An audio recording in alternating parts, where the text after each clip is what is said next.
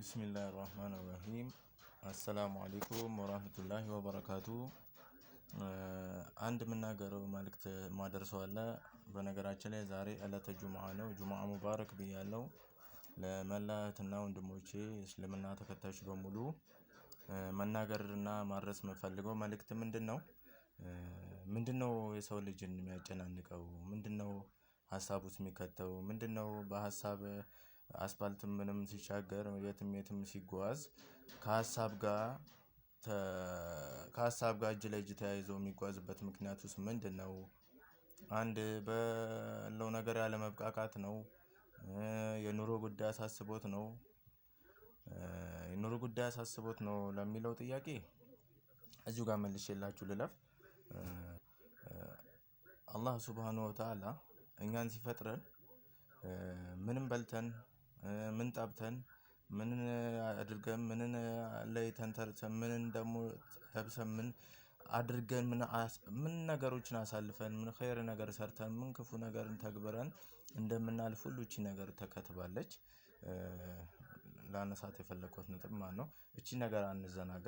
ሁለተኛ ስንነሳ ኢንሻአላህ የምትለው ቃላት እንደው አላህ ያግራልና ለሁላችንም ብንከተላት ለነገን መሸጋገሪያ ድልድይ ትሆነናለች ብዬ አስባለሁ። ከተሞክሮ አልሐምዱሊላህ ረቢል ዓለሚን አላህ ያግራልን። ኢንሻአላህ ስንል ነገን ማሰብ ያው አላህ ነው አሳቢው ሁሉን ነገር ፈጻሚውና አምሽተን አንግተን በሱ ፍቃድ ነገ ልንሻገር እንችላለን የሚል ነገር አለ ማለት ነው። እና ኢንሻአላህ ብዙ ነገሮችን ደግሞ ትገላለች። አሁን ለምሳሌ ዛሬ ላይ ቆመን ስለነገ ማሰብ ብዙ ነገሮችን ያሰናክለናል። ስራዎች እጆቻችን ላይ ያሉ ስራዎች ይበላሻሉ። ከሰው ጋር አብረን ተቀምጠን እንዳልነበረ ነው የምንሆነው። እዛ ጋር እንደሌለ ሰው በሀሳብ ሌላ ቦታ ጭው ብለን ሄደናል። ምክንያቱም ዛሬን ነገ ላይ እየኖርን ነው። ምንድነው ነገን አሁን ላይ እያኖርናት ነው። ያለ ቀኗን እያዛባን ነው ማለት ነው። አላህ ሱብሃነሁ ወተዓላ የተብቃቃች ቀንን የተብቃቃችን ሁሉ ነገሮችን ፈጥሯል። እያንዳንዷን እንቅስቃሴያችንን ያውቃል። እና ምንድነው ማለት የምፈልገው ለሱ ትተን ብናልፍ አላህ ነው የሚያበላው። ሺህም ወለድክ 10,000ም ወለድክ 10ም ወለድክ አንድም ተወለደ ሁሉን የሚያኖራቸው ችሎ አላህ ሱብሃነሁ ወተዓላ ብቻ ነው። እንኳን እሱ የቲሞችን የሙት ልጆችን እንኳን የት ይደርሳሉ? አባታቸው ጥሎ ሄደ እናት አባቶቻቸው በእንደዚህ ምክንያት በአደጋ ሞቱ ምን ተባለ ይባላል። ግን በጥሩ ሁኔታ ዘንጠው ምን ብለው ከሰው በላይ ሆኖ ሲያድጉ ነው የምናያቸው። አልሐምዱሊላህ ረቢል ዓለሚን ይህም ትምህርት ሊሆነን ይገባል። ሁለት ደግሞ ማንሳት የምፈልገው ነገር ቢኖር ከአዞ አፍ ውስጥ ስጋ የምታወጣ አዋፍ አለች። ካወቃችኋት ስሟን ባላውቅም ምንድነው ያ እንትን አዞ አፉን የሚከፍትላት ከውስጡ ያለውን ጥርሱ እንዳይበሰብስ ያለውን ስጋ እንድታወጣለት ነው። ያቺ ወፍ ከዛ ውስጥ ርዝቋ ነው ትጠቀማለች ትበላለች ተመግባም ያው ጌታዋን ታመሰግንበታለች። እሱም ቃሉን ጠብቆ አብሎ ከፍቶ ነው አይከድንበትም። እዚህ መንጋጋው ጉሮሮ ድረስ ሄዳ ነው ተመግባ የምትመለሰው አጽድታ ማለት ነው። እሷ ምንድነው አለ እሱ ስቴኪኒ ናት። እሱ ደግሞ ተጠቃሚ ነው ማለት ነው። እና ብቻ አላህ ቻችሎ ነው ሁሉን ነገር የፈጠረው እና በዛ ላይ የቂን ሊኖረን ይገባል። እኔ ከናንተ በልጬም አይደለም ከናንተ አውቄም አይደለም ከተሞክሮ አንዳንድ ነገሮችን ግን የምንነጋገርበት ነገሮች ይኖራሉ በሚል ነው። እና ለእንጨት ስራ ባለሙያዎች ደግሞ ማለት ነው የምመክረው ነገር ቢኖር ውሸት አንዳንድ ነገሮች ቀጠሮን አቅርበን በምንቀበል ሰዓት ያኛው ጭንቀት ውስጥ ይከተናል ማለት ነው። ቀጠሮን ለምሳሌ 3 ቀን ምናምን እኔ አሁን የእንጨት ስራ ባለሙያ ነኝ። ሳልጠቅስ ነው ያለፍኩት እና እንቀበላለን ትዕዛዞችን እንቀበላለን ከተቀበልንም በኋላ ምንድነው ያ ሰውዬ ምናልባት ለሆነ ፕሮግራም ነበር አስቦት ይሆናል ማለት ነው። ያን ሰውዬ ላለማስከፋት ወይ ደግሞ ገንዘቡን እንትን ላለማለት እንዳያመልጠን ወይ ያለንበት ሁኔታ የተቸገርንበት ሊሆን ይችላል እና ያንን አስመልክቶ እንግዲህ እንቀበላለን ዋሽተን በዚህ 3 ቀን በዚህ 2 ቀን እንደዚህ ይደርሳል እንላለን። ከዛ ምን ይመጣል? ነገራቶች ሳይስተካከሉ ወይ ጥሬ ዕቃ ላይገባ ይችላል፣ ሳምንት ይሆናል። ያን ደግሞ ሰውየው ቃሉን ጠብቆ ሊመጣ ይችላል ማለት ነው። ያንን ደግሞ እኛ ሌላ ተጨማሪ ውሸት አይ ከሌ ሞቶብኝ ወይ እንደዚህ ሆነ እንደዚህ ቅብርጥስ ሲሆን እንደዚህ ብለን ሳናስበው ከወዳጃችን እንቆራረጣለን። እና ጭንቀትንም ሁለተኛ ጭንቀቶችንም ከሚያመጡት አንዱም ነገር የስራ ቦታ ሁኔታዎች በዛች የተነሳ በቃ ብዙ ነገሮች ብዙ ጭንቀቶች ይመጣሉ። ሳናስበው በቃ ተጨናንቀን አንደኛ ነጭናጫ ያደርገናል።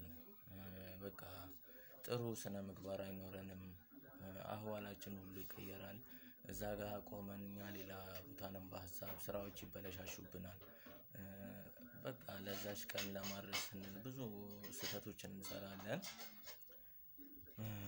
እና ሶስተኛም ደግሞ የምላችሁ ነገር ቢኖር ሀቅ ነው። አላህ ያግራን እሱን ነገር ምንድነው? እላፊ ዋጋ አሁን አንድ ሰው አያውቅም ወይ ያ ሰው ባለሀብት ሊሆን ይችላል ወይ ትልቅ ቤት አይተን ሊሆን ይችላል ወይ ኪችን ልንለካ ወይ የሆነ ቁምሳጥን የግድግዳ ትዕዛዝ ሊኖር ይችላል። እና ያ ባለሀብት ቤት ስንሄድ ስንለካ ፌር ያልሆነ የምንጠራቸው ዋጋዎች አሉ። ከገበያው በላይ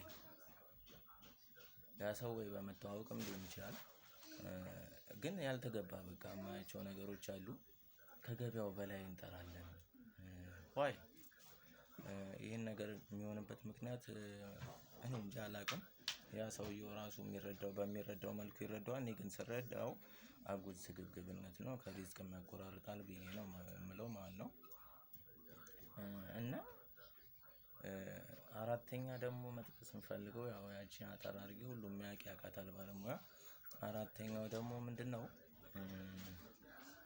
ለአንድ ነገር ልናስተካክል እንሄድና ስራ ቦታ ላይ የሆነ ወይ የተነቀለ ነገር ማጠፊያ ለቆ ሊሆን ይችላል ወይ ቁልፍ የሆነ ነገር ተበላሽቶ ሊሆን ይችላል። እና ያንን የሄድንበትን አላማ ብቻ አስተካክለን በቃ ያቺ ናት ሂሳቧ የተነጋገርናትና ያቺን ነገር ተግብረን ያቺን ነገር ሰርተን ብቻ ነው የምንወጣው። ለምን ምን ችግር አለው? አንድ ብሎን ሁለት ብሎን ከላዩ ላይ አንስተን ብናስተካክልላቸው ምን ችግር አለው? እስቲ የውስጥ እርካታ እኮ ሞክሩት ግድ የላችሁም። ግድ የለሽነት እኔ እንጃ ብቻ። እና ያ በጣም ከሚያበሳጩን ነገሮች እነዛ ናቸው። ከእንደገና የመንፈስ እርካታም አይኖረንም። የያዝነውም እኔ እንጃ በረካ አይሆንም። ቅንነት መልሶ ራሱ ይከፍላል ይባላል፣ ሀቅ ነው። ለስራ ብቻ አይደለም አንድን ሰው መቅረብ ያለብን፣ ከዛም ባሻገር ዘመድ መሆን መቻል አለብን። የሆነ ሰዓት የተደዋወለንም ቢሆን ምን እንርዶት፣ ምን እናግዞት ሄደን መጠየቅ፣ በአቅራቢያም ካለ ሄደን መጠየቅ፣ ከሌለም በስልክ እንዴት ነህ ወዳጄ ብለህ ማለት እንጂ ሰራህ በቃ ገንዘብን ተቀበልክ ሌላ ሰው ነው ያ፣ አንተም ሌላ ሰው ነህ ረሳህ። ያ ሰውነት አይባልም። ይቅርታ አስናፊ እንደዚህ ስል ማለት ነው። ለኔ መስሎ የሚታየኝ እንደዛ ነው። እና በሰው መስሪያ ቤት ለምትሰሩ ደግሞ ሰራተኞች ነው ይሄ መልእክት ደግሞ የመጨረሻዋ። በምትሰሩበት